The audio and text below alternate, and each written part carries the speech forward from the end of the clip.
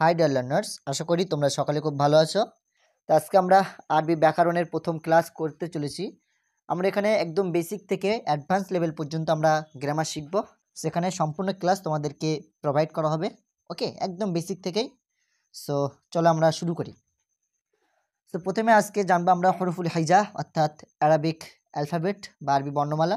So আলিফ থেকে ইয়া পর্যন্ত total যে 29টা হরফ বা লেটার রয়েছে, সমস্ত লেটারকে একসাথে বলা হয় হরফুল হিজাইয়া। এই টার্মটা তোমরা মনে রাখবে। আর এটাকে বাংলায় বলা হয় আরবি বর্ণমালা। চলো আমরা আরবি বর্ণমালাগুলো একবার পড়ে নেই। আলিফ, বা, তা, সা, জিম, হা, খ, দাল, জাল, র, জা, সিন, শিন, সদ, তদ, তৈ, জই, আইন, গাইন, ফা, কফ, কাফ, লাম, মিম, নুন, ওয়াও, হা, হামজা, ইয়া। তো আমাদের অ্যারাবিকে টোটাল মোট 29টি লেটার রয়েছে। সো এই লেটারগুলোকে একত্রে বলা হয় আল হরুফুল হিজাইয়া। সো আমরা এখানে একটা এক্সট্রা বিষয় জেনে নেব। প্রথমে আমরা যে আলিফটা পড়েছিলাম, ওকে, যখন এই চিহ্নটা অর্থাৎ লম্বা যে একটা দাগ আকারে যে চিহ্নটা প্রকাশ করা হয়, এই চিহ্নটা যদি থাকে এবং এর সাথে যদি হারকাত থাকে, হারকাত বলতে কোনগুলো? হারকাত হলো জেড জবর পেশ, এইগুলো যদি থাকে এই চিহ্নের উপরে, যেমন এখানে একটা খাড়া দাগ দিলাম, এর সাথে যদি কোনো চিহ্ন থাকে যেমন জাবার বা জের কিংবা পেশ, যদি এগুলো থাকে তখন এটাকে আর আলিফ আমরা বলবো না, তখন এটা হয়ে যাবে হামসা। ওকে, আর যখন কোনো হারকাত থাকবে না তখন সেটাকে আমরা আলিফ বলবো। যেমন এখানে যে চিহ্নটা আছে, এই চিহ্নের উপরে বা নিচে কোনো সংকেতই নেই, অর্থাৎ যে জবর পেশ কিছুই নেই, খালি আছে, তাই না? তার জন্য এটাকে আমরা আলিফ পড়বো। ওকে, আশা করি তোমরা আলিফ এবং হামজার মধ্যে পার্থক্য বুঝতে পেরেছো। চলো আমরা এবার পরের পৃষ্ঠে চলে যাই। ওকে, চলো এবারে আমরা জানবো হারকাত। হারকাত হলো সাউন্ড মার্কস, অর্থাৎ আরবি বর্ণমালাগুলোকে উচ্চারণ করার জন্য, সঠিকভাবে প্রোনাউন্সিয়েশন করার জন্য আমাদের কিছু চিহ্ন বা সংকেত ব্যবহার করতে হয়। সো এই চিহ্ন বা সংকেতগুলোকে আমরা হারকাত বলবো। ওকে, চলো আমরা এটা একবার পড়ে নেই। বাংলা ভাষায় যেমন আকার, ইকার, উকার, ইকার আছে, তেমনি আরবি ভাষা নির্ভুলভাবে উচ্চারণ করার জন্য আমরা উপর নিচে কতগুলো বিশেষ চিহ্ন ব্যবহার করে থাকি, যেমন জাবার, জের, পেশ ইত্যাদি। এগুলোকে হারকাত বা ধ্বনি চিহ্ন বলা হয়। ওকে, আশা করি তোমরা বুঝতে পেরেছো। চলো আমরা এবার নেক্সট স্লাইডে চলে যাব। দেখো, আরবি হারকাত মূলত 3 প্রকার। ওকে, যেমন দম্মা, ফাতাহা, কাসরা, যেটাকে বাংলায় বলা হয় পেশ, জাবার, জের। ওকে, দম্মাতুন, ফাতাহাতুন, কাসরাতুন। দম্মাতুন বা দম্মা মানে পেশ, ফাতাহাতুন মানে জাবার, কাসরাতুন মানে জের। তো তোমরা এই অ্যারাবিক যে টার্মগুলো আছে, ফাতাহা, দম্মা, কাসরা, এই টার্মগুলো তোমরা মনে রাখবে। ওকে, তো এবারে আমরা জানবো আল কালিমাতু বা শব্দ বা পদ।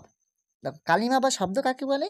যখন কয়েকটি আরবি হরফ বা আরবি বর্ণ পাশাপাশি বসে একটা সম্পূর্ণ অর্থ প্রদান করে, তখন সেটাকে আমরা কালিমা বা শব্দ বলবো। ওকে, যেমন আমরা যদি লিখি কফ লাম মিম, কলামুন। সো কলামুন মানে একটি কলম বোঝায়, আমরা একটা সেন্স পাচ্ছি। কিন্তু যদি আমরা লাম কফ মিম লাকামুন করে দিই, তাহলে কিন্তু কোনো সেন্স আসছে না। সো কলামুন মানে একটি কলম, সো এটা হচ্ছে আমাদের একটা ওয়ার্ড বা শব্দ।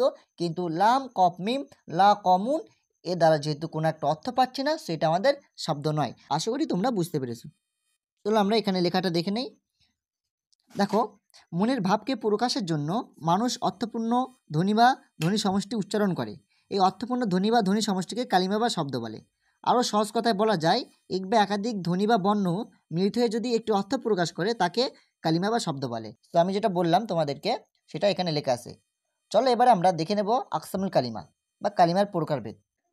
দেখো, আরবি ভাষায় কালিমা বা শব্দকে মূলত 3টি শ্রেণীতে ভাগ করা হয়। ওকে, একটা হচ্ছে ইসেম, একটা ফেল, আর একটা হরফ।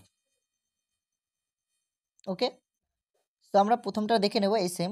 দেখো, ইসেম হলো কোনো কিছু নাম বোঝাবে। ওকে, যে কোনো কিছু হতে পারে, কোনো ব্যক্তির নাম, কোনো বস্তুর নাম, কোনো স্থানের নাম। সো সেগুলো ইসেমের মধ্যে চলে আসবে। অর্থাৎ কোনো কিছু নাম বোঝালে সেটাকে আমরা ইসেম হিসেবে ধরবো। তারপরে দেখো ফেল। ফেল বা ক্রিয়া, এটা আমরা জানি যে ক্রিয়া হলো এমন একটি ওয়ার্ড যেটা কোনো কালের সাথে সম্পৃক্ত থাকবে। ওকে, তো যেটাকে আমরা ইংরেজিতে ভার্ব বলি, সেটা হচ্ছে আরবিকে সেটাকে ফেল বলা হয়। ওকে, যেমন রহিম খেলা করে, খেলা করে, এটা হচ্ছে একটা ক্রিয়া, ফেল। যেমন আমি দৌড়াই, দৌড়ানোটা একটা ক্রিয়া বা ফেল। আরও যদি এক্সাম্পল দেই, সে বই পড়ছে, সো পড়া হচ্ছে এখানে ক্রিয়া, সেটাকে আমরা অ্যারাবিকে ফেল বলবো।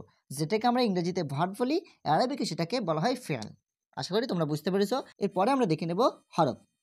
হরফ বা অব্যয়পদ। দেখো অব্যয়পদ কাকে বলে? এমন কয়েকটি পদ রয়েছে যেগুলো কখনোই একা একই ব্যবহার হয় না, সেগুলো সেন্টেন্সের মধ্যে ব্যবহার হয়ে একটা সেন্স তৈরি করে, ওকে, একটা মিনিং প্রদান করে। সো সেগুলোকে আমরা বলবো অব্যয়পদ। যেমন বাতা, কাফ, লাম, অও, মুঞ্জু, ইলা, মিন। সো যেগুলোকে আমরা হরফে জার বলে থাকি, ওকে, প্রিপোজিশন ইংরেজিতে বলা হয়। সো ওগুলো সব অব্যয়পদের মধ্যে চলে আসবে। অর্থাৎ এগুলো আমরা একা একই ব্যবহার করতে পারবো না, এগুলো দিয়ে কোনো একটা সেন্স বোঝানো হয় না।